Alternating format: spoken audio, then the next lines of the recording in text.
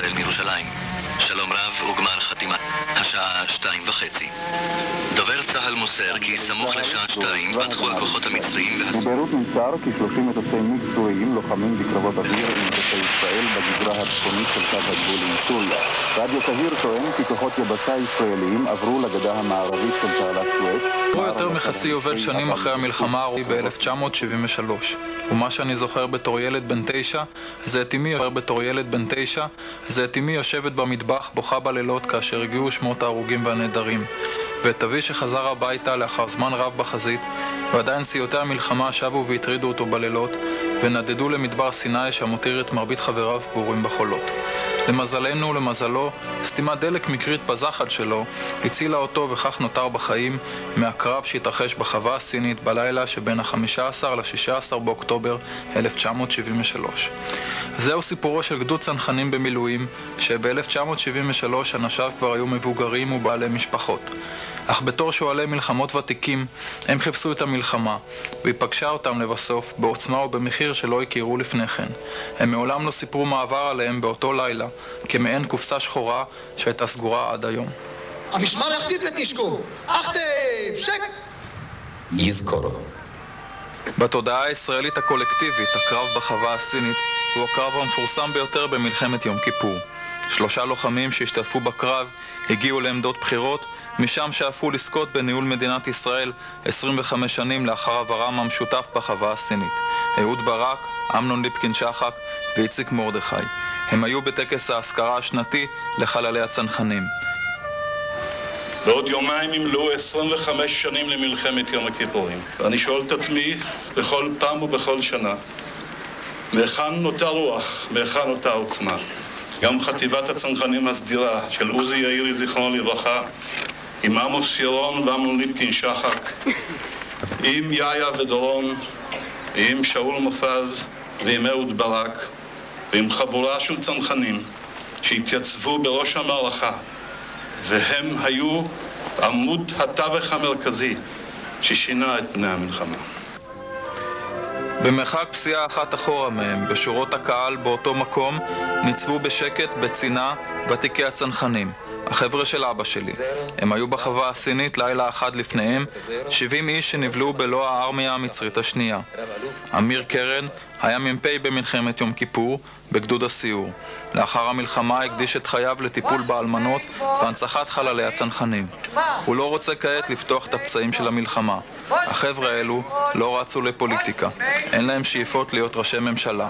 הם לא נבנו מהקרב הזה בחווה הסינית. הם רק רוצים לשכוח את מה שאירע שם, וכך הם כמעין נפקדים נוכחים של החווה הסינית. אני לא אומר, שאני אומר לא לדבר, אני לא אומר לא לחקור אותם ולא ללמוד מהם ולא לעשות תחקירים כמו שצריך לעשות וללמוד משגיאות ובאמת, אבל להגיד לך וזה אותו דבר שלנו מהחווה הסינית. לא רוצה את זה, אף אחד לא צריך לעשות את זה באיפה שצריך לעשות, אבל לא בפומבי, לא טוב, בעניין הזה אתה מכיר את דעתי.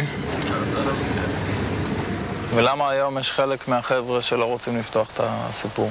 זה היה לילה מאוד טראומטי. למי שהיה שם, זה היה לילה מאוד טראומטי.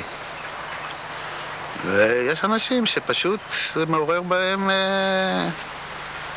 חרדות. לא רוצים לפתוח את זה, רוצים שהאבק והחול יחסה את הסיפור הזה לעולם. אמר לי חבר שחשבתי תמיד שהוא הקשוח שבקשוחים, הוא אמר לי 2 אני לא ישנתי בלילות אחרי המלחמה ההיא, ועכשיו אחרי שהבן שלך טלפן אני עוד פעם לא ישן בלילות.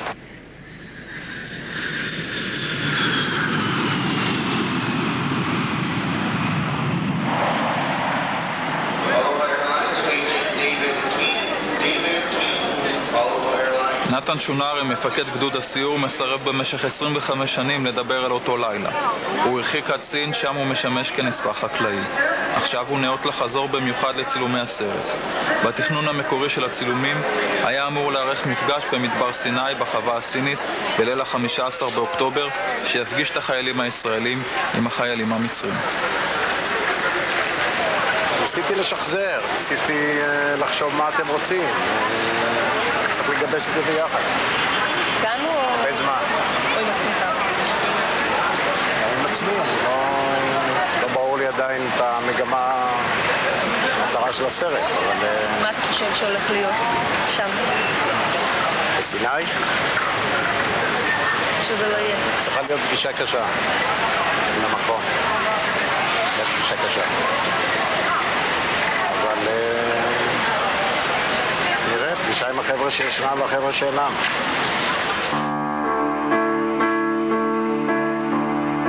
גדוד הסיור במילואים היה מורכב ברובו מבוגרי פעולות התגמול בשנות ה-50. חלקם אף היו ביחידה 101 המיתולוגית. הם נלחמו במבצע קדש, מלחמת ששת הימים, במרדפים בבקעה, 20 שנה ביחד, חורף, קיץ, במילואים ארוכים. והם גם היו חברים טובים שנפגשים יחד עם המשפחות בחיים האזרחיים. משפחה אחת שהתגבשה לרקמה חברתית שרק ישראל של אז יכלה ליצור. אני ממש השתחררתי לתוך היחידה הזאת. כבר אז מצאנו שם חבר'ה מכל התקופות, מכל הגילאים, חניכים של מאיר הר ציון. חבר'ה שהיו ב-101, חבר'ה שעברו את כל פעולות התגמול. ובצידם התווספו בני המחזורים שלנו, קצת יותר צעירים, קצת פחות מנוסים, קצת הרבה פחות מנוסים.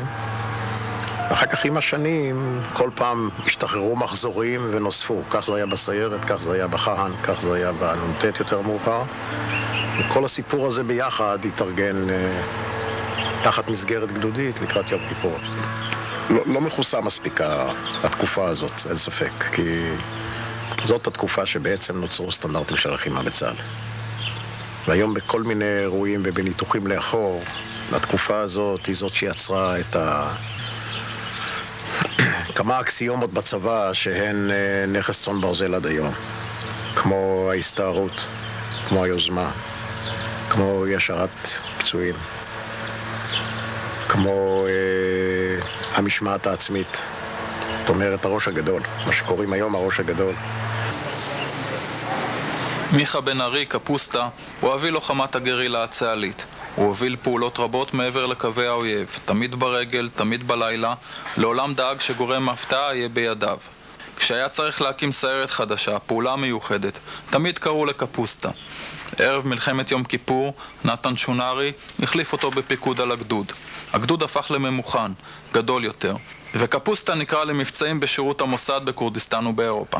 כל הדור הזה, כל הדור, לא רק שלי, גם אלה שמאחורינו, כל אלה, זה גם האבא שלך וגם כל התקופה, כל החבר'ה האלה עד יותר מאוחר אפילו, עד כמעט עד 6 ימים. אנחנו עמד לנגד עינינו וחונכנו על זה השאלה הקיומית של המדינה עומדת לעינינו.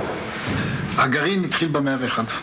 אז כל פעולות התגמול, ואחר כך בפלוגה א', ואחר כך כשהקמתי את הסיירת הצנחנים המילואים ב-62, אז מאז את 6 הימים כמובן, ואת כל המרדפים, ובקווים בלבנון ובכל מיני מקומות. למעשה זו יחידה מאוד ותיקה, הגרעין הוא מאוד מאוד ותיק, והם מכירים אחד את השני מי שהיינו ילדים, אחר כך עם החברות, עם אנשים, עם הילדים שלהם.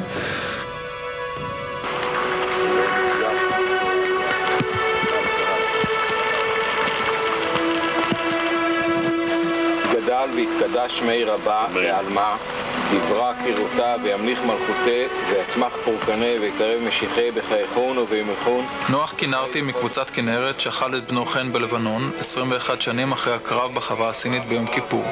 הוא שימש כעוזר ל3 שרי ביטחון, יצחק רבין ז"ל, שמעון פרס ואיציק מרדכי. איציק מרדכי לקחתי פעם, הוא עשה מורשת קרב, אני חושב שהיה קחצר, בבית גולדמינץ, והם עשו שם צנחנים עם סרטוטים כאלה, אתה יודע, עם צ'יינויים ועל פלסטיקטים כאלה גדולים.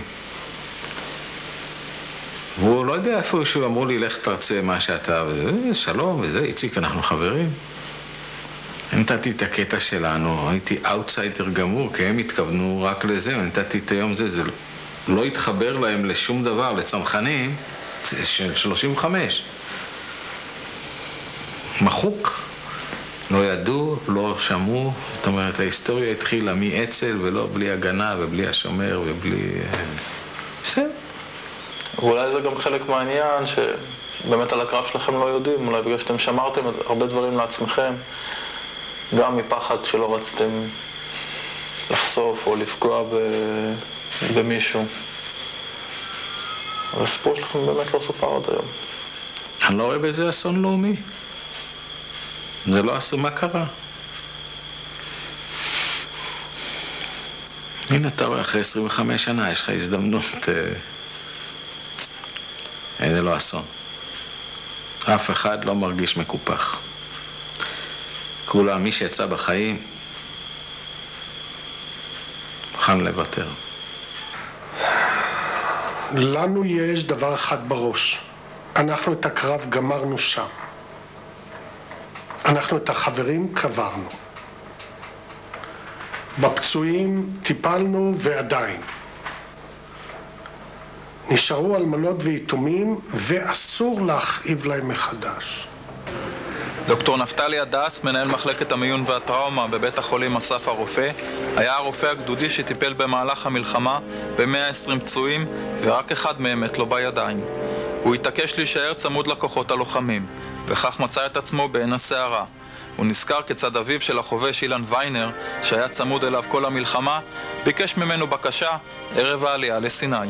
ואמר, אני מאוד הייתי רוצה שהבן שלי כל הזמן יהיה איתך. ואחר כך הוא אמר לאילן, אתה יודע, איפה שנמצא הדוקטור, שם אין מלחמה. אני לא הפסקתי להילחם מאז. אני בעצם, בילדותי, גדלתי על הדור של ה-101. ולכן מלחמת יום כיפור זה היה ניתוץ כל המיתוסים שגדלתי עליהם. אילן ויינר, היום בנקאי, אז חובש קרבי צעיר שהצטרף לגדוד הוותיק.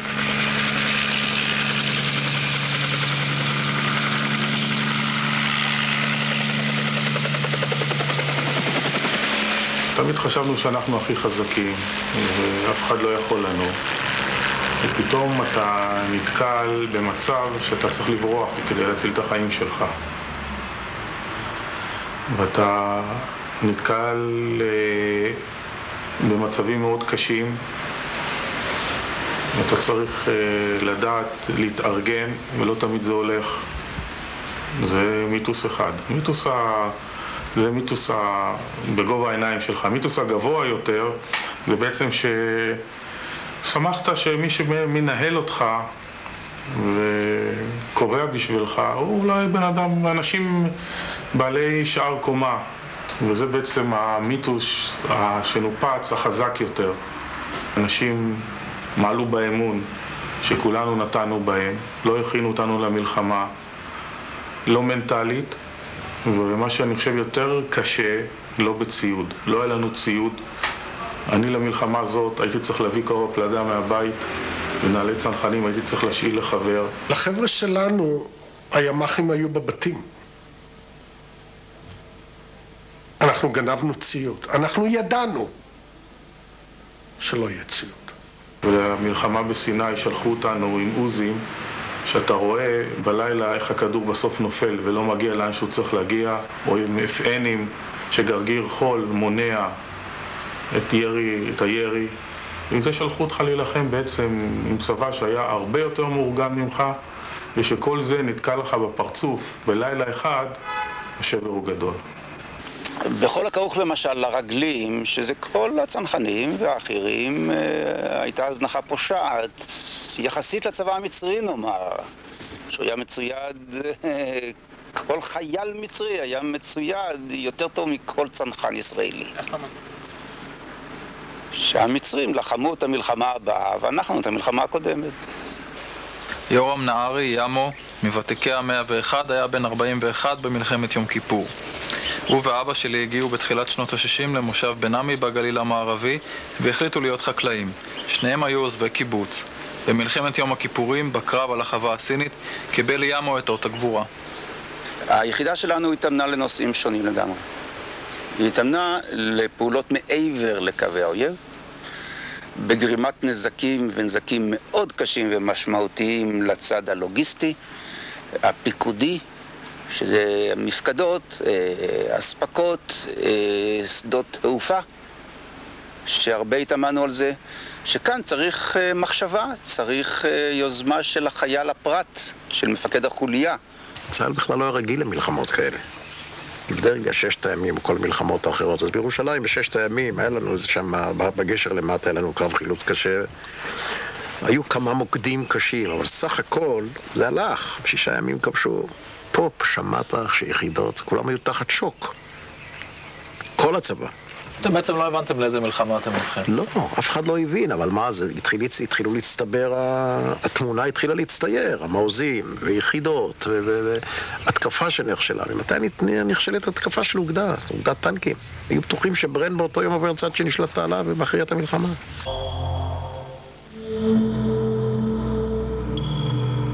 אתה היה לך מושג לאיזה מלחמה אתה הולך? אף אחד לא ידע. ראינו כבר ברמת הגולן, שעלינו לרמה, אז כבר ראינו את הטנקים השרופים ואת ההרוגים על יד הטנקים, וזה כבר הבנו שזה, וראינו מטוסים נופלים, וראינו טילים סורים פוגעים במטוסים, דבר שלא ראינו קודם.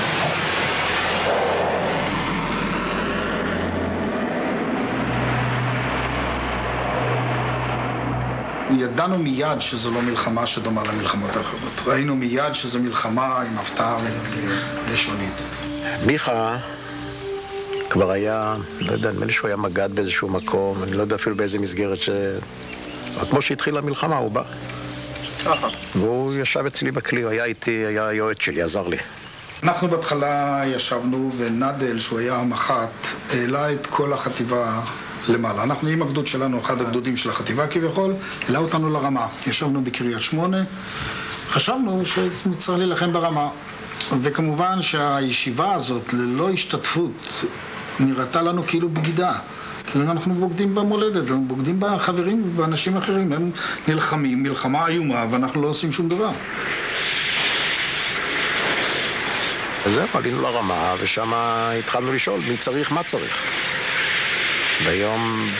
ביום השני בבוקר, זה היה שישי, כבר היינו בלילה ברמה. התחלנו לחפש, התחלנו להתקשר, וכיוון שהתחלנו את הסיפור הזה שאנחנו מכירים אחד את השני, הרמתי טלפון, תפסתי את רפול. אמרתי לו, רפול, אנחנו יושבים פה למטה, אנחנו גדוד, אז הוא שאל אותי בפשטות, הוא אומר לי, טנקים יש לך?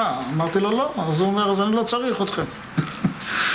הוא היה במצב מאוד קשה, מפקד האוגדה, הוא שם יצא מנפח הוא היה צריך טנקים, הוא היה צריך שריון. אני אומר לו, רפול, שמע, כל החבר'ה פה, למה אתה לא קורא לנו? הוא אומר, תחליפו נעליים.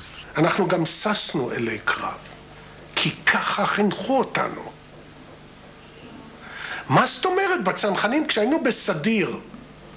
אם מישהו לא יצא לקרב, או אמרו למישהו, הוא יחליף אותך, ישבו ובחו. לסערת קרב. ללכת למקום שבו אתה יכול להיהרג. אז מה, חיפשתם את המלחמה בעצם? כן. מה זאת אומרת? תראה, בשבילי זה היה משהו מאוד ארטילאי, כי אני אחרי 6 הייתי בטוח שזהו, אני מלחמות כבר לא אראה יותר. מלחמת התשה זה לא בדיוק מלחמה. וברמת הגולן, אנחנו בתג"ד לא ראינו שום מלחמה. בסך הכל היינו די ססי אלי קרב, כמו שנאמר. זה לא נכון להגיד שחיפשו את המלחמה. היו כאלה שהם מצאו את הביטוי הזה של חיפשו את המלחמה, זה לא נכון. הנכון הוא שהגענו לכל מקום ששלחו אותנו, אמרנו מה המטלות. וכשנתנו את המטלות, הלכנו לעשות ונקבע מחיר עבור זה. מיכה קפוסטה ואני התקשרנו לאריק, כשהתברר שרמת הגולן פחות או יותר מסודרת, כבר עברו כבר להתקפה וכבר לקחו את קונטרה חזרה, והצלחנו ליצור איתו קשר בטלפון, אל תשאל אותי איך, אני כבר לא זוכר. ואמרנו, יש לך לרשותך גדוד. אז אני לא יודע אם זה מה שעבד, אבל זה מה שעשינו.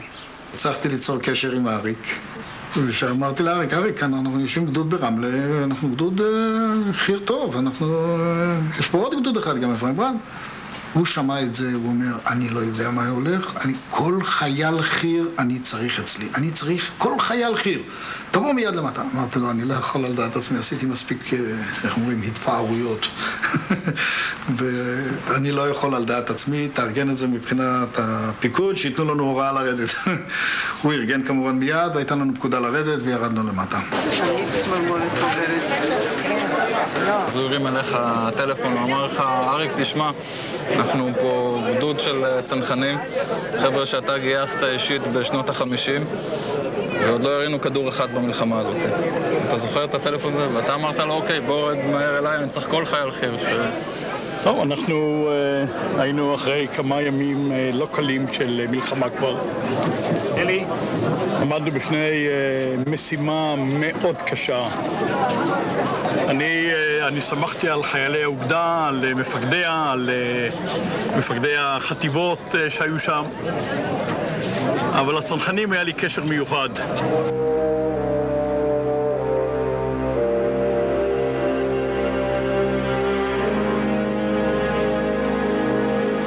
החלק שהיו עם הג'יפים, הרכב רך, ירדו עם הרכב לסיני, ואנחנו שהיינו מחלקת זחלמים, אותנו העבירו בטיסה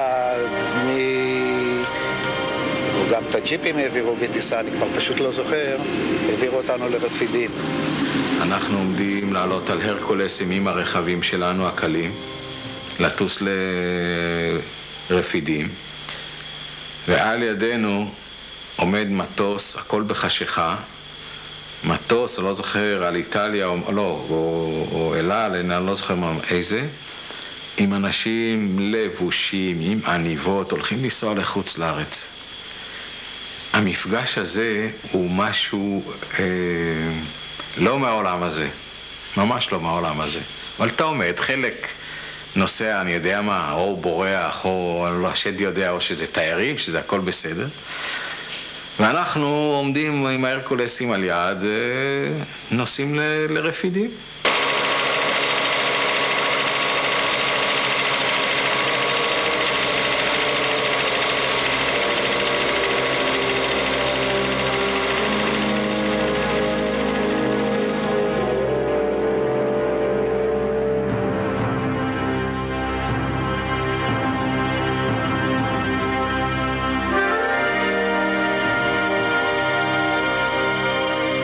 ואנחנו טסנו לרפידים. וגם שם נחתנו, וארטילריה, וקומנדו תוקף, ודבר ראשון, התפזרנו שם סביב השדה להגן, כי אמרו כל רגע צפויה התקפת קומנדו על רפידים. מגיעים לרפידים בלילה, למחרת בבוקר קידמו אותנו לצד המזרחי של המתלה. ואז כבר התחלנו להרגיש, כי קיבלנו יעף של מטוסי סוחוי, הפציץ אותנו, וזרקו עלינו טילי פרוג.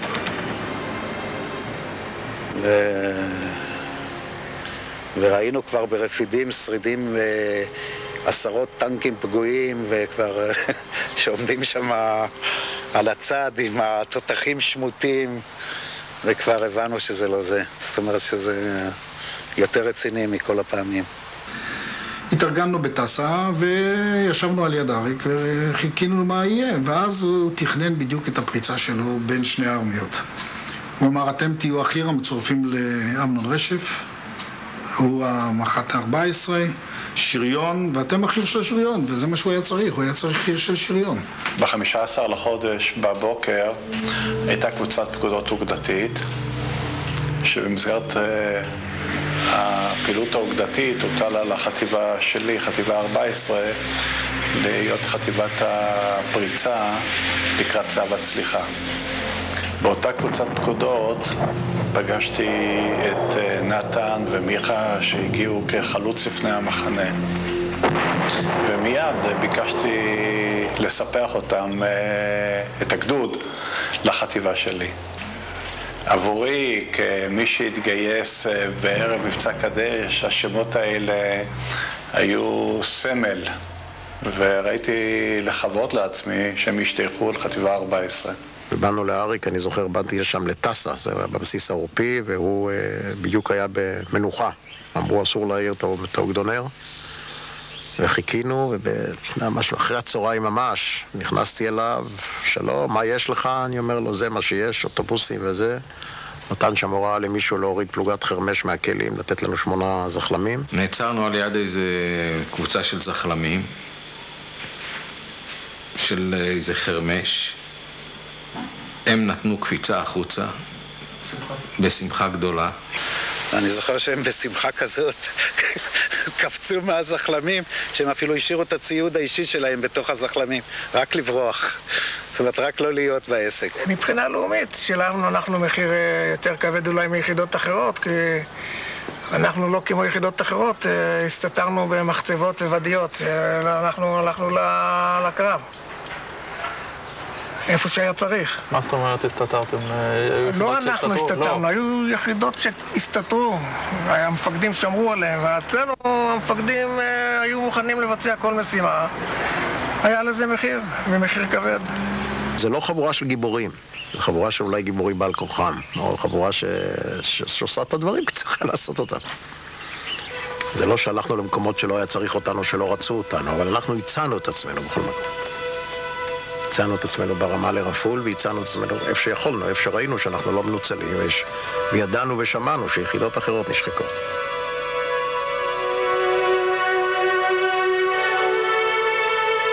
אנחנו עלינו על הכלים.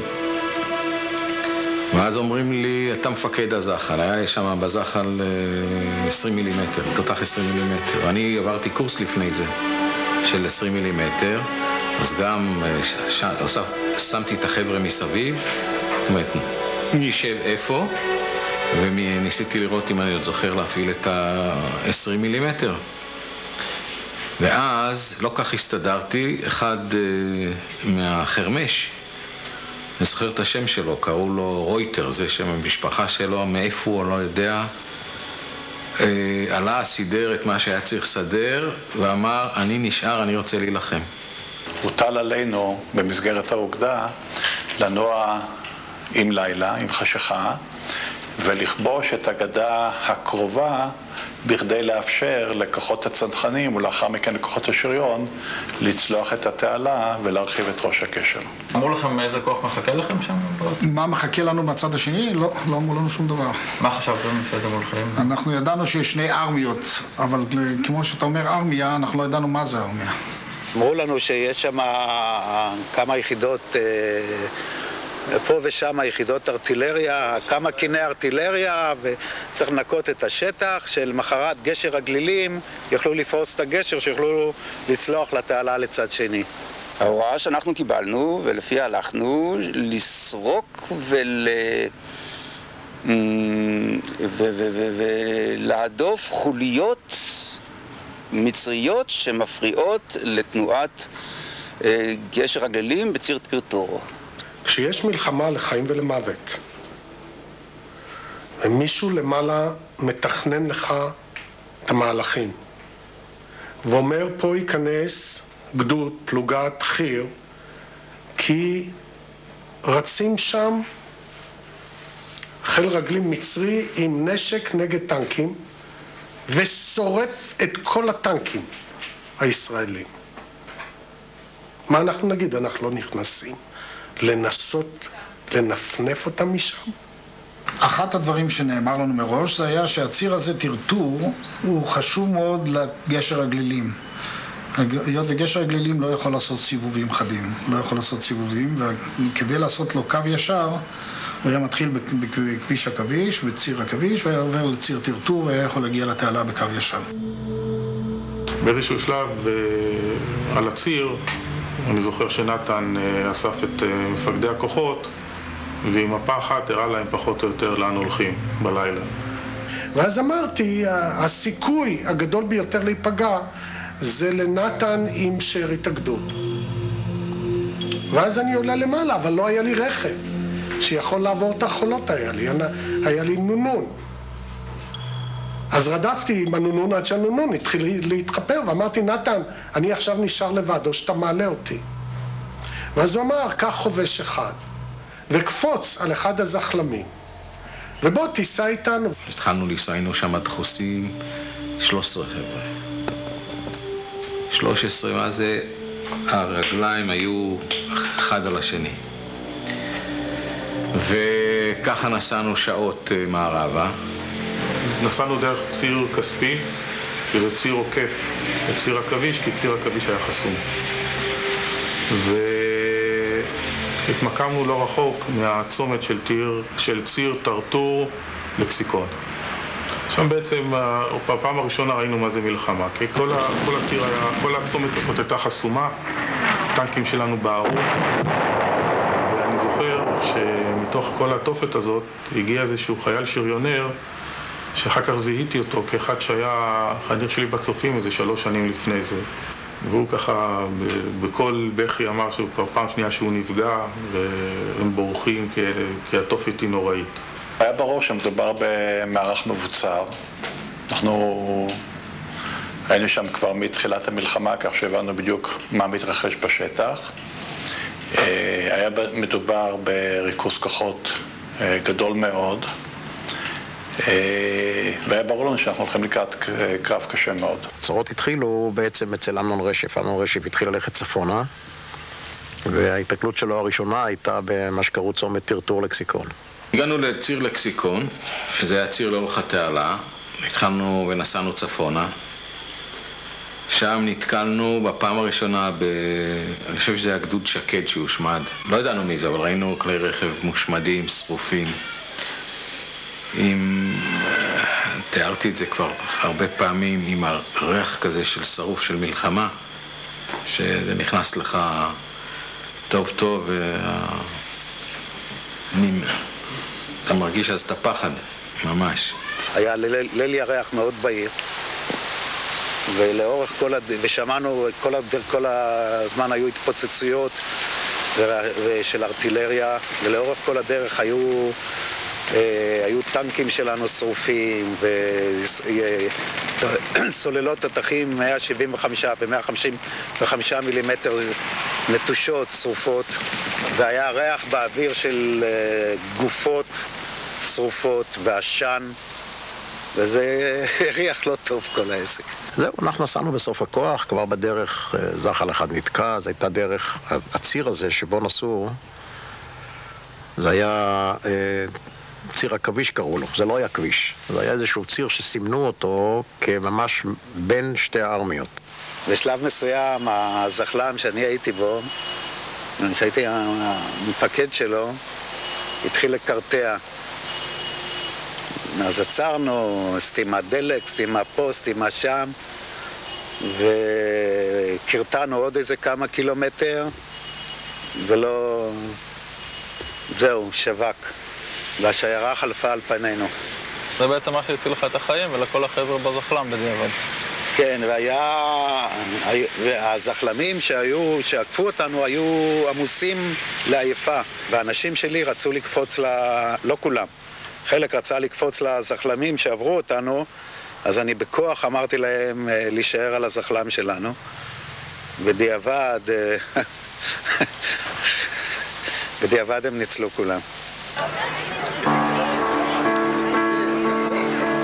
אבא שלי בדרך כלל מתנזר מתכסים וחגיגות. הפעם הסכים בעקבות בקשתי להגיע לטקס שציין את חצי יובל לחציית התעלה במלחמת יום כיפור.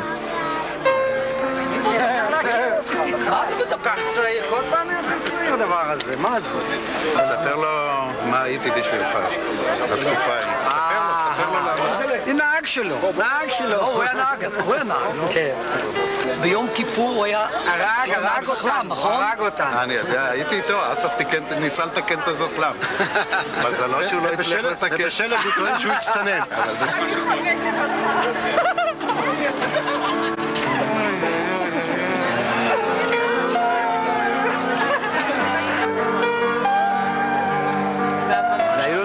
צעירים, מאוד נמרצים, שרק השתחררו, והיה צריך ממש לבלום אותם. לפעמים הגיע בסירוב, אמרו מה, אתם רוצים סרבים, פקודה, אמרנו, צריך לחשוב.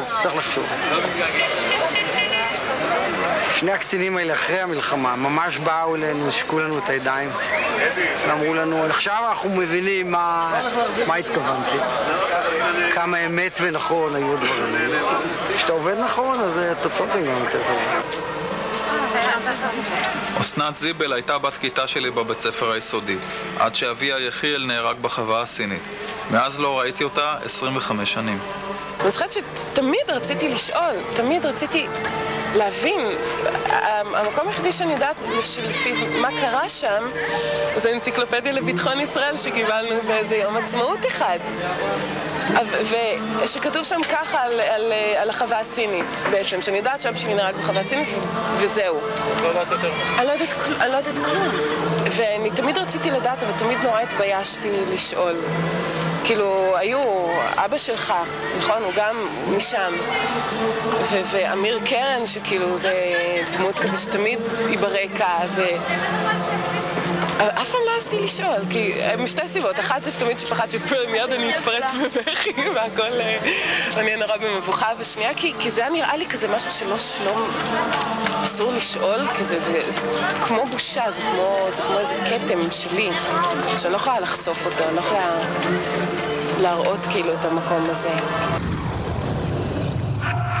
אסנת קרא באנציקלופדיה לביטחון ישראל על הקרב שהתרחש בחווה הסינית לילה אחד מאוחר יותר, ובה נלחמה חטיבת הצנחנים הסדירה. הקרב בו נהרג אביה לא מופיע בספרי ההיסטוריה. היה זה קרב הישרדות בו כל אחד לחם לחייו. הזחלמים של הצנחנים נכנסו לצומת, את הטור הוביל נתן. במרכזה של הצומת ניצבו הטנקים הישראלים העשנים. דריכות עצומה הייתה תלויה בחלל האוויר.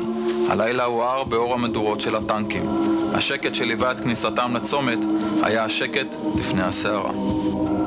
הגענו עד לאזור התעלה, ושם התנהל הקרב הגדול של שריון. כשאנחנו עומדים בתוך הקרב הזה ומחכים שאמנון ייתן לנו פקודות. שעה 2 בלילה בערך הטלתי על הגדוד של נתן לכבוש את הצומת. אתם הייתם בערך בקירוב 100 לוחמים, מול כמה אנשים נלחמתם, אתם מבין? שמה, לפי הערכתי, קשה להעריך, אבל מעלה מ1,000. השטח היה רווי באויב. קשה מאוד להמחיש בכלל את התמונה שהצטיירה בפנינו. זה היה יער של אויב. מאות ואלפי חיילים מצריים התרוצצו שם, ירו. ולחצו עלינו להיכנס לצומת ולעשות את מה שהתכוונו לעשות, וזה לא היה קל, כי טנקים שניסו להיכנס לשם התפוצצו אחד אחרי השני. גדעון כנראה חיסל את הטנקים האלה בכניסה שלו, הוא אומר, עברתי את הצומת, ואז אנחנו מיד התחלנו, רצנו קדימה, גם השתדלנו לא לרדת מהכביש, והצלחנו לעבור את הצומת, ואז נתקענו פתאום, עברנו את הצומת, נתקענו לאש הגדולה. נכנסנו חזק פנימה בקצב, נסענו פשוט מהר. פה בדיעבד הייתה הטעות הראשונה, שבגלל שחשבנו שבאמת הנתונים היו שהצומת הייתה נקייה, שאנחנו נעבור אותה בנסיעה. וכמו שנכנסנו לצומת, בלי שאף אחד אמר משהו, הבנו את כל הסיפור שאין פה עניין של לטאטא חוליות מצרים, יש פה הישרדות. היינו בלב מערב מצרי עם אלפי חיילים. התחילו בהתחלה דבר שאנחנו לא הכרנו אותו בכלל, זה היה הטילים. אנחנו רואים גושי אש, כדור אש כזה רץ לאט, לא מהר, אף לא בקו ישר. לא היינו רגילים לטילים המונחי איכות האלה. אנחנו ישבנו על הדופן של הזחל, אני חושב שנסענו קילומטר וחצי, ועל יד הטנק של גלעדי שבער חטפנו טיל סגר. פתאום אני רואה אבוקת אש שעושה ואני אומר זה סגר. אני אומר לנהג יותר מהר. אני הצלחתי לקפוץ ועוד לא הספקתי להתארגן, הייתה שם אש תופת, הם ירו עלינו מכל הכלים. היינו, אני יודע, אני מעריך 3, 4, 10 מטר כבר בכיוון מזרחה, אני שומע בום.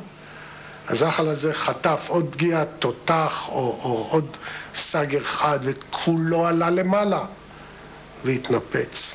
התקיפה הזאת הייתה תחת אמנון רשף, מח"ט 14, ואמרתי לו שאנחנו פה והייתי אפילו די היסטרי, כי הבנתי ששוחטים אותנו שם. ושאלתי אותו אם הוא יכול לתת מטוסים, לתת ארטילריה ואולי להכניס טנקים מולי. יצאנו מתוך האש ונתן ניסה להזיק את כל העולם. יש גם בחומר וכל העולם, זה מפקד החטיבה בעיקר, היו עסוקים עד מעל הראש בכל הדברים האחרים. אי אפשר לעזור לנו. איך זוכר את הקריאות בקשר של נתן אליך? בבקשה? איך זוכר את הקריאות בקשר של נתן אליך? כן. כן. מה זכור לך? בואו נמשיך הלאה. הייתה שם אש תופת מכל הכלים שבעולם. ואני מרגיש את הכדורים דופקים על הרצפה, והחול ניתז עליי. ואני רואה אותם דופקים על הדופן של הזחל. ואני רק חושב מתי יגיע הכדור שלי. וקפץ אליי איזה בחורצ'יק, ושכב עליי חצי לילה, ואמר אולי 2000 פעם, אשא עיניי אל ההרים, מאיפה יבוא 20. לא הפסיק כל הלילה. ואני קם לטפל פצועים וחוזר אליו, קם לטפל בפצועים וחוזר אליו. התפילות האלה כנראה עזרו. נתן ניסה, זאת אומרת, הוא המשיך לנסות לברר מה קורה עם כל יתר הזחלמים, לא קיבל אף קשר עם אף אחד. זה לא היה טוב, ומחכים, ושום דבר לא קורה. וירדנו מהכלים, והקשר נותק בין הכלים, ואז נתתי בעצם הוראה, כל הכלים, כל האנשים, להתפנות, לנסות להיחלץ דרומה. אנחנו לא ידענו איפה אנחנו. אף אחד לא תדרך אותנו, לאף אחד לא היה מפה. ממש בניגוד לכל מה שלמדנו בסדיר. שמנו את המצרים בגב והתחלנו לברוח. להגיד לכם שאפשר להרים את הראש, להגיד לכם שנותנים צעקה, דוקטור פצועים, איך קמים מהשוחה, זאת בעיה. וכשמגיעים פצועים אני מרים את הראש ואני לא יכול לקום. המילה היא פחד. אבל כשאתה רואה פצועים ואתה הדוקטור, ואתה יודע שכולם מסתכלים מתי אתה קם, כי אף חובש לא קם לפניך, ואני צועק להם, למה אתם לא קמים? ותוך צעקה ככה קם. המצרים התחילו לעלות עלינו. והתחלנו להתארגן, ונשארנו שם דוקטור הדס, אני ועוד חייל אחד עם שני פצועים. הדס והחייל השני סחבו חייל אחד שכנראה היה לו שיתוק, כי הוא לא יכול היה ללכת. והוא אומר, אני לא יכול להזיז את הרגליים, ואני נותן לו בעיטות ברגליים, והוא לא יכול לזוז, וחשבתי שהוא בהלם קרב. כי לא ראיתי שום פציעה עליו. ופתאום התחילה אש איומה. ואז אתה בעצם נכנס לדילמה, כי הוא מצד אחד מתחנן של אני לא יעזוב אותו, והמצרים קרובים והאש יש תופת. אבל כנראה שברגעים כאלה אתה לא חושב. וכנראה גם שאומרים, מישהו שומר מלמעלה עליך. החייל שדוקטור הדס סחב קיבל כדור בראש ונהרג, השארנו אותו שם, ואני המשכתי לסחוב את הבחור, וזה לא היה קל. פתאום אני רואה פלוגה, או אני יודע, מחלקה פלוס, או שתי מחלקות. המוני מצרים קמים פתאום ממולן, אני יודע איזה 100, 150, 200 מטר באש מהמות, הם מרססים את כולנו וצועקים עליהם את בחל יהוד. אתה שומע את הקריאה הזאת, אני שומע אותה 25 שנה. מה שהציל אותנו זה בעצם הזחל של נתן. כשנתן ראה שהוא נשאר לבד, הוא התחיל לחזור חזרה. הזחלמים אחורינו נפגעו, ואז נתן שולרי תופח לי על הכתף ואומר לי, מיכה, אח שלי שם. אחי נהרג שם. הוא היה זחלם אחד אחריך?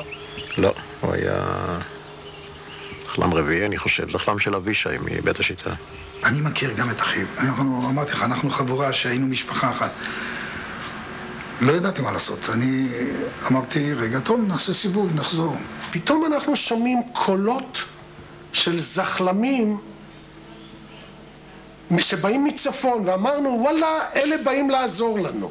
עשיתי סיבוב וראיתי את התופת וראיתי את הטנקים מתחילים לעלות, ואת החיר המצרי. אמרתי, פה אין מה לעשות הרבה, אנחנו צריכים להציל את עצמנו, מפני שאני אכנס, אני נהרג גם כן. ואחר כך התברר לנו שזה נתן עם החבר'ה שלו שחזרו ונתקעו בצפון כי ראו שהזחלמים גמורים. וטוב שהם לא נכנסו פנים. אחרת לא היה לנו נתן ועוד זחלם נוסף. אני מעריך שהיה לו מאוד מאוד קשה לנתן. אבל נתן הוא כל כך מופנם שהוא יכול היה לבלוע את זה. עצם כל זך ניהל את המלחמה הפרטית שלו וחילץ את עצמו לאחור. ההוראה של נתן, אני חושב, הייתה שכל אחד יתענה לפי יכולתו. אז ימו ירד באחד המקומות, ימו ועמיאל ועוד אחד או שניים, אני לא זוכר, ירדו מהזחלם, אמרו, אנחנו נחפה עליכם, אתם תמשיכו. אנחנו היינו על הזחלם וירדנו, והתחלנו לייצר אש. אצל עמיאל היה קלצ'ניקוב, זה היה הכלי הכבד. אנחנו היינו צועדים רק עוזים. ואז איבדנו את הקשר גם עם ימו, עם האנשים שלו. הוא המשיך שם יחד עם הקבוצה שלה שהיו לו שם להילחם קצת. אחרי שעה, לא יודע כמה זמן, פתאום נפל מתח ממש בסביבה, ככה היה שפריץ של חול. כשהרמתי את הראש שלי, אז לפי התמונה שאני ראיתי, אז היה לי ברור שאני לבד. ימו נותר לבדו לאחר שחבריו שהיו עמו נהרגו. מצויד בטיל לאו אמריקאי שהצטייד בו רק לילה קודם, מבלי שהכירו, הבחין שהוא עומד מול גדוד מצרי שלם שמטווח אותו. הוא עשה את עצמו מת, והחליט לראות את הטיל ולברוח על חייו. ויריתי את הטיל,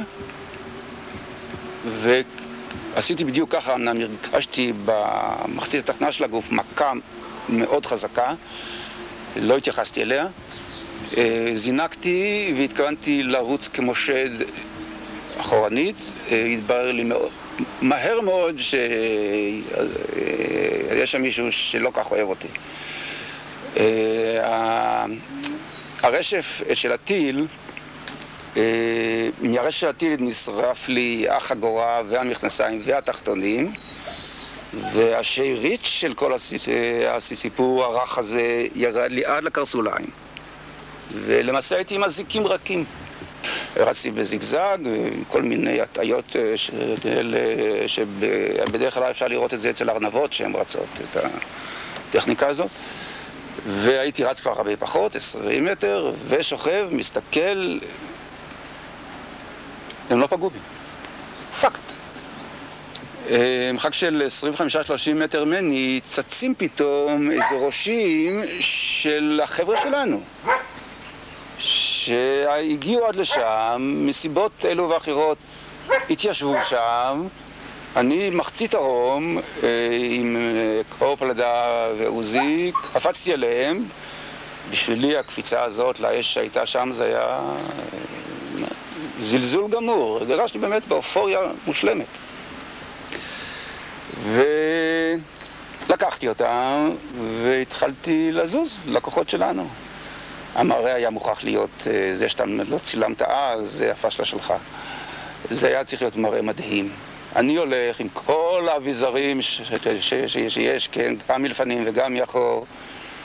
מבסוט אלף, לא שם על אף אחד, מרגיש נהדר. מאחור הולכים עוד 6 צנחנים.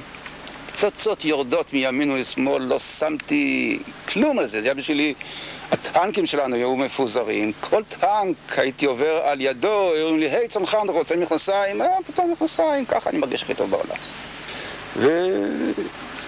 והגעתי לציר הכביש, עמד על הכביש מחוץ לטווח גורדיש עם ג'יפ והסתכל, היה ויכוח גדול מאוד בין הפיקוד אם הכביש פתוח או חסום. בצדק. הוא שאל אותי איזה שאלות, אני עומד ככה כפי שזה, ועניתי לו מה שעניתי לו, אני לא זוכר מה הייתי שאל. גורדיש שאל אותך שאלות ואתה עומד ערום ועריה. אם נשיא המדינה או נשיא של כדור הארץ, אני הרגשתי בדיוק איך שצריך, ככה אני רוצה להיות. רתחנו מזעם על הקרב הזה, כשזה היה טבח, זה לא היה, רתחנו מזעם. לא הכנה, ריצה מטורפת, ממש בלי שום, פשוט לרוץ להיהרג. ואז לקחתי בכל אופן את נתן הצידה, אמרתי לו שהאח שלו נהרג, אצלי היינו בזחל.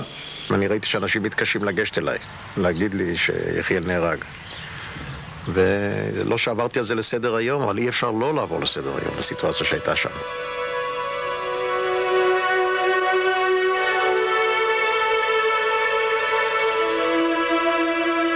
למה לא היו צילומים של ציר טרטור? אני יכול להגיד לך, אני אחרי המלחמה הלכתי לעשות תחקיר פרטי שלי. ירדתי לסיני לבד ובאתי לאריק לאוהל שלו ואמרתי לו, אריק, תשמע, אני חייב לדעת מה היה שם. קח את המטוס שלי, היה לו שם איזה פייפר, ותטוס מעל, לא נכנסו עוד לשטח שם, זה היה הפסקת האש כבר, לא נכנסו לכל האזור הזה. וטסנו מעל ציר טרטור, חשכו עיניי. כמו כברת, לאורך הציר, מרחק של מטרים. הם חפרו אז לסגרים, הם חפרו שוחות עמידה. אחד ההרוגים שלנו, אחיו, שירת בחיל האוויר, במודיעין חיל האוויר. הוא בא אליי בצילומים אחרי המלחמה. הוא אומר, תראה, צילומים, נדמה לי מ-14 לחודש, מ-15 לחודש. צילומים, בדיוק מה שראית מהאוויר, היו צילומי אוויר, הם לא ירדו לשטח. אני חושב שאותו דבר היה קרה 24 שעות אחרי זה, שזה גם סיפור אני חושב שהגיע הזמן שמישהו יספר אותו, למה בעצם 890 נכנס לאותו מקום שאנחנו נכנסנו. לדעתי עוד פעם אין לי הוכחות לזה, אני לא הייתי זה, אבל זה פשוט יוהרה של מפקד שאמר לעוזי יאירי שאנחנו מובסים אין שם כוחות, אין לו בכלל מה לדאוג. אני פעם פגשתי את איציק מרדכי ושאלתי אותו, איך אתה נכנסת אחרי שאנחנו שם נצפקנו? הוא אמר לי, אם הייתי יודע מה מחכה, לא הייתי נכנס. לאחר הלילה הקשה הגיע נתן חזרה עם שארית הגדוד לטסה למפקדת האוגדה של אריק שרון. שם הוא פוגש את גיל מבית השיטה, קצין האג"ם של חטיבת הצנחנים, שעומדת להיכנס לאותו מקום, בחווה הסינית. מה אתה עשית, איפה אתה? ואני מספר לו מאיפה אני בא. ואני מזכיר לו את הציר, ואני מזכיר לו מה היה, הוא לא ידע מה הוא הולך לעשות. הוא בא אז לקבל נתונים ראשוניים לקראת הקבוצת פקודות שלהם. המקרה הזה זה מקרה באמת מצער מאוד. כשאני דיברתי עם עוזי יאירי, שהוא היה מח"ט זה יותר מאוחר, תכף אחרי הקרב, וכשהוא שמע את הסיפור שלנו, אז הוא אומר, אם אני הייתי יודע את מה שאתם עברתם בחווה הסינית, אני לא יודע אם הייתי נכנס. איך המידע הזה לא הגיע והמידע הקרוב, המודיעין השדה הקרוב, לא עבר הלאה, הוא נשאר במסגרת האוגדות מקסימום. אני גם יודע את הסיפור הזה מעוזי יאירי אישית. הקמן של ברן נתן להם, כמו בכל פקודה, נתן להם את האויב בהתחלה. ואמרו להם שהאזור, אגב, קראתי עכשיו בכתבה עם דליה יאירי, היא מזכירה את זה עוד פעם, מה אמרו לעוזי וכמה שעוזי אכל את עצמו על וגיל מרים את היד ואומר, חברים, אני יודע משהו אחר מהמקום. ספרו לו את הפה. זאת אומרת, אתה סיפרת לגיל? אני סיפרתי לגיל במקרה. גיל, ברגע שהציגו אותו... אתה סיפרת לו מה סיפרת לו? אני סיפרתי לגיל שיש שם, לא ידעתי להגיד לו אם זה חטיבה או דיוויזיה, אבל שהציר הזה הוא מוחזק בכוח אדיר. מתוך בערך 70 חיילים, השארנו שם 24 הרוגים.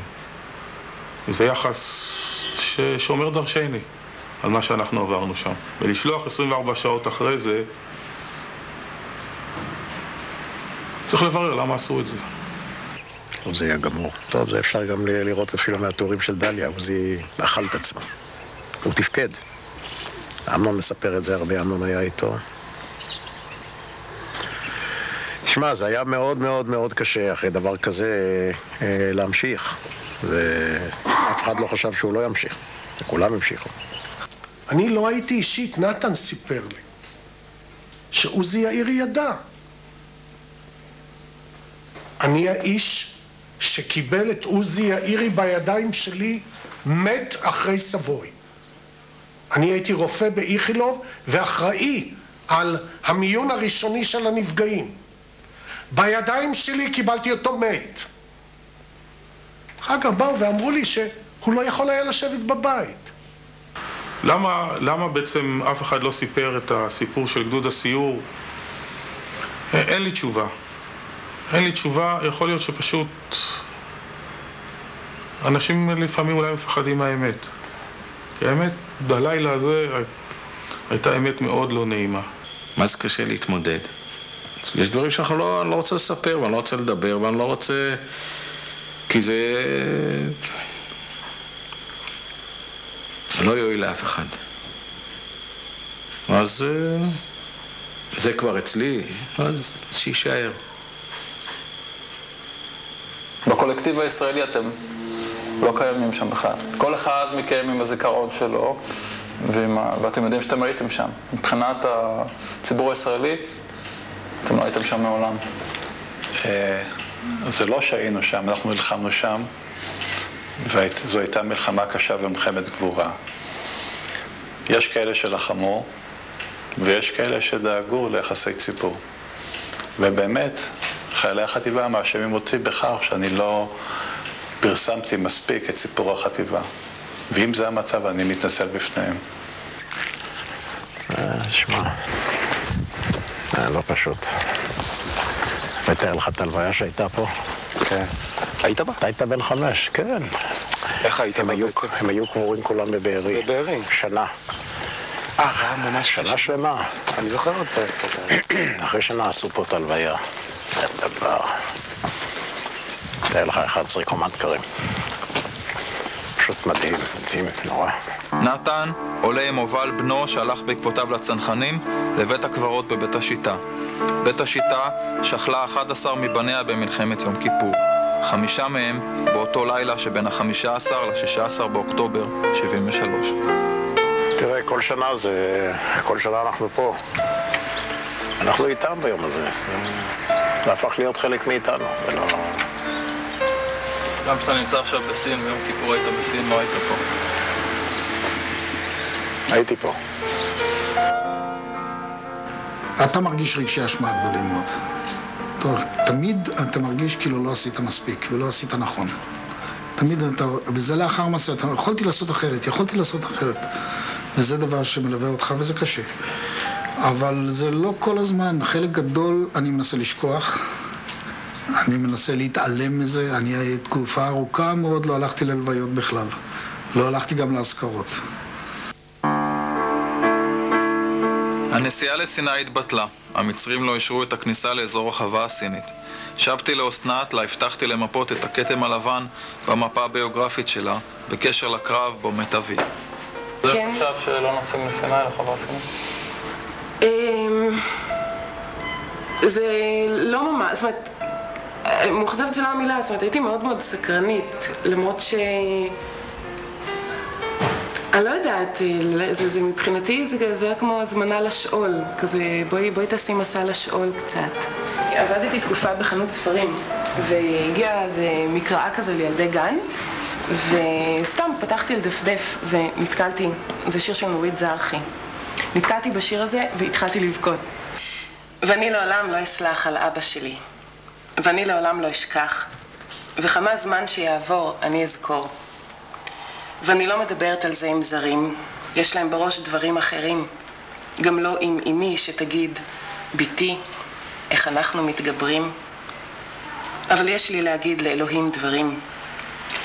אלוהים, הרי תכננת את העולם לפי חוקים מדודים, והנה יצאה לך ילדה, לא לפי תוכנית הילדים. כי איך ילדה יכולה לשחק ולצחוק עם כולם בחצר, ואחר כך הביתה לחזור, כאילו דבר לא חסר? ואיך ביום ההולדת רקע שולחן מצד אחד, וכשלומדים לרכוב על אופניים, איך היא תלמד? אלוהים, אם תכננת לכל ילד 2 הורים, אסור לך לעשות שינויים אחרים, כך, ואני לעולם לא אשכח. לעולם.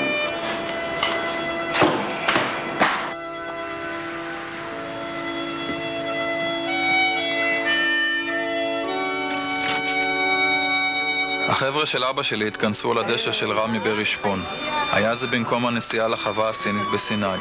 הייתה זו הפעם הראשונה שהם העזו להרכיב את הפאזל של מה שקרה שם באותו לילה. לא היה כל צורך בנסיעה לחווה הסינית בסיני, כי המסע הוא בעצם אל החווה הסינית ששוכנת בזיכרונם ובנפשם, אותה הם עוצרים בתוכם לעד.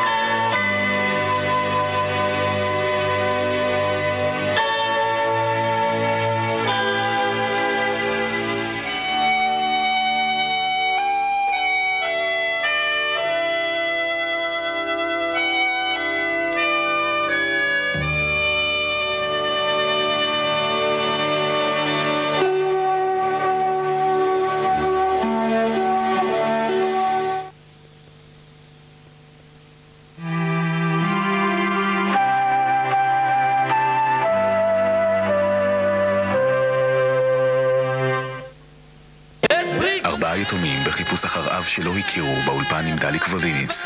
להכיר את אבא, מחר 6:05, יום הזיכרון לחללי מערכות ישראל.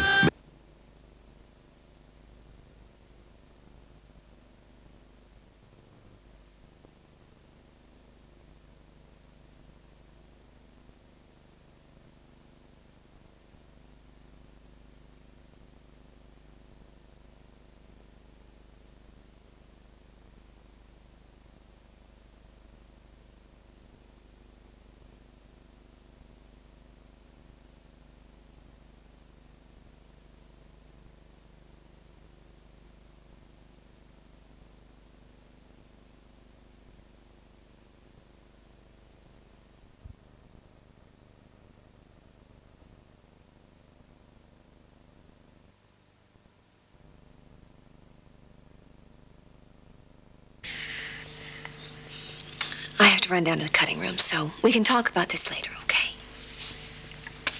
All right.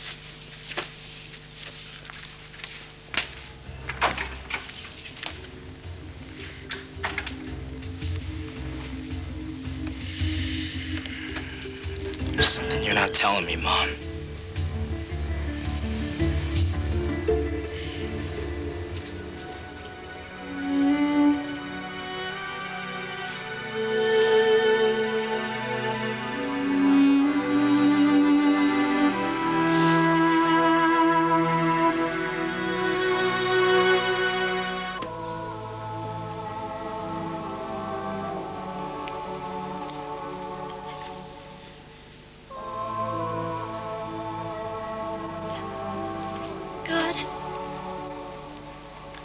I know I don't come here a lot, but I really need your help. Please forgive me for what I'm about to do. I don't know if it's right or wrong. I just don't know much of anything anymore. I am so confused. But I can't have this child. I can't. I wish I could. I wish that Rick and I could get married and have a wonderful family and live happily ever after. But it's just not gonna happen. It just isn't.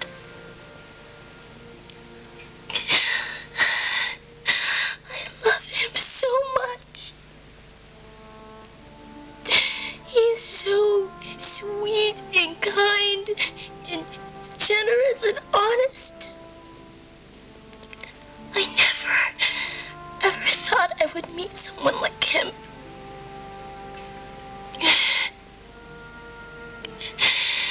He's done so much for me. Now it's time for me to do something for him.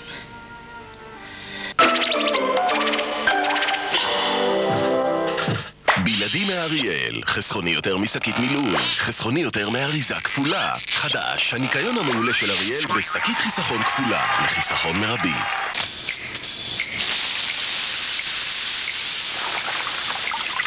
תגידי, סבתא, את אוהבת איצ'ו? מה אמרת? איצ'ו, אוהבת? איזה שפה הם מדברים? ריטיב, למה? אמא, הרבה איצ'ו לסבתא. אני רק איצ'ו, בלי כפול. לא מבינה כלום. מה את לא מבינה, אמא? איצ'ו, איצ'ו, איצ'ו, איצ'ו. שועית של סנפרוסט. כמה פעמים צריך להגיד לא לשחק עם האוכל? אוטלברי. סנפרוסט. זה אוכל.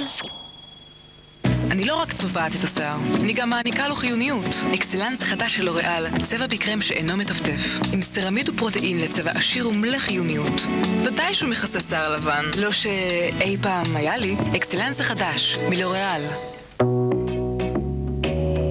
אתם רוצים פוליש מקצועי לרצפה? חשבתם שצריך מכונה מקצועית? קחו מסנו רעיון מבריק שאינו מחליק ועמיד לאורך זמן. סנו סופר פוליש, הרכב חומרים ייחודי המעניק לרצפה פוליש מקצועי, ללא מכונות, ללא שפשוף. סנו סופר פוליש, עשו זאת בעצמכם, מה הבעיה? תראי, כל אישה מחפשת לעצמה את הטוב ביותר בשבילה. השתמשתי בדף 7 ימים והרגשתי נפלא. חלק וטוב, עדין, רעננות כזו. תראי, עם הבעל, פתאום שקיבלתי את הדף, הוא שם לב. וזה נורא מצא חן בעיניי. דף מכיל 25% קרם לחות ואינו מייבש את אורך כמו סבון רגיל. בטח אישה מרגישה טוב עם הקומפלימנטים, זה חשוב. נסי את מבחן 7 הימים של דף. דקסמול פלוס, תמיד סקרן אותי. מה זה הפלוס הזה? אפקט הסינרגיזם, שילוב מרכיבים המקנה לדקסמול פלוס יעילות מוגברת בשיכוך כאבי ראש חזקים. זה פלוס רציני, לא? אז עברתי לדקסמול פלוס, בגלל הפלוס. מה יעשה לך סדר בפסח? דיימונד, רדיד האלומיניום שיעשה לך את הפסח. דיימונד מצוין לבישול ואפייה, והכלים נשארים נקיים.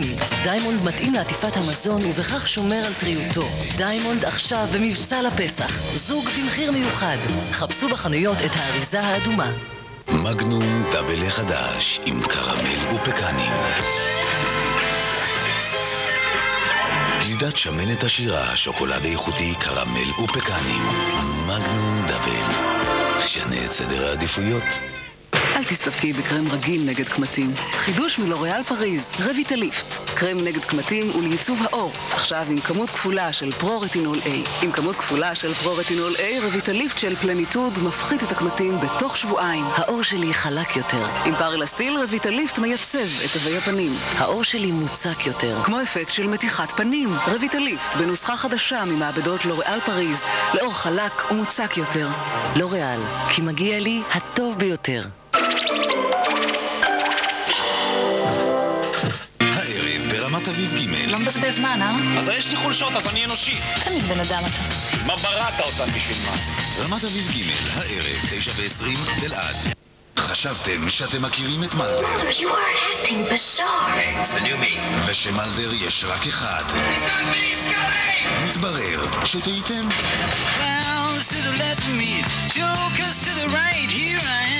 תיקים באפלה, הלילה 11:20 ערוץ 2 אלעד. תגלית חדשה בעולם האופנה. אתה לא יכול להתייחס ככה לסאשי, הוא בדרך להיות דוגמן על! הוא בדרך לאימפריה להכין חביתות על! לחמניה! שמש, שידורי קשת שבת. בואו לראות את השעשועון מספר 1 בארץ ובעולם. אוטוטו, יהיה פה אוטו. אז בואו לגלגל אותה. גלגל המזל, שבת. הבלש, אייס ונטורה. המשימה, למצוא את הקרנע של מיאמי דולפינס. דרך הפעולה מאוד לא שגרתית. ג'ים קרי הוא אייס ונטורה, בלש בצחוק. 6/9 ברשת.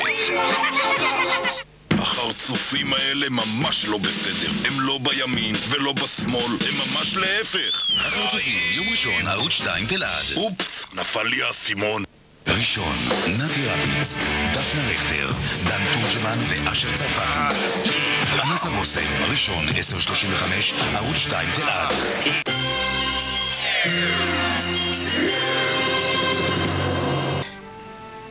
If his parents ever found out that he got me pregnant, it would kill them. It would destroy the relationship. How could I let that happen? Besides, Rick has college and a great future. And I can't mess that up. Please, just understand. Please forgive me.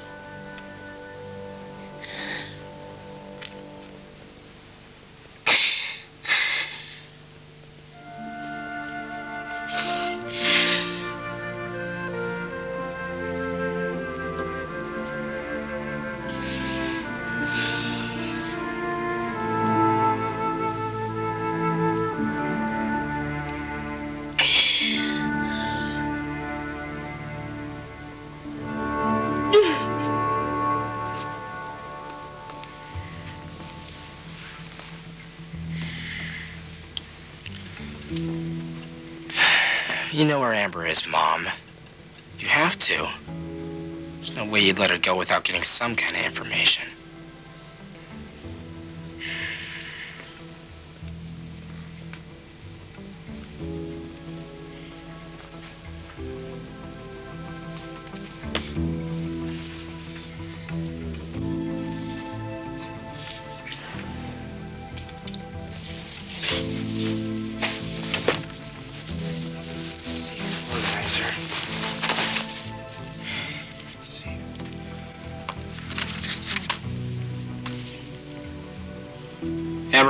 store. 200 North Beston Place.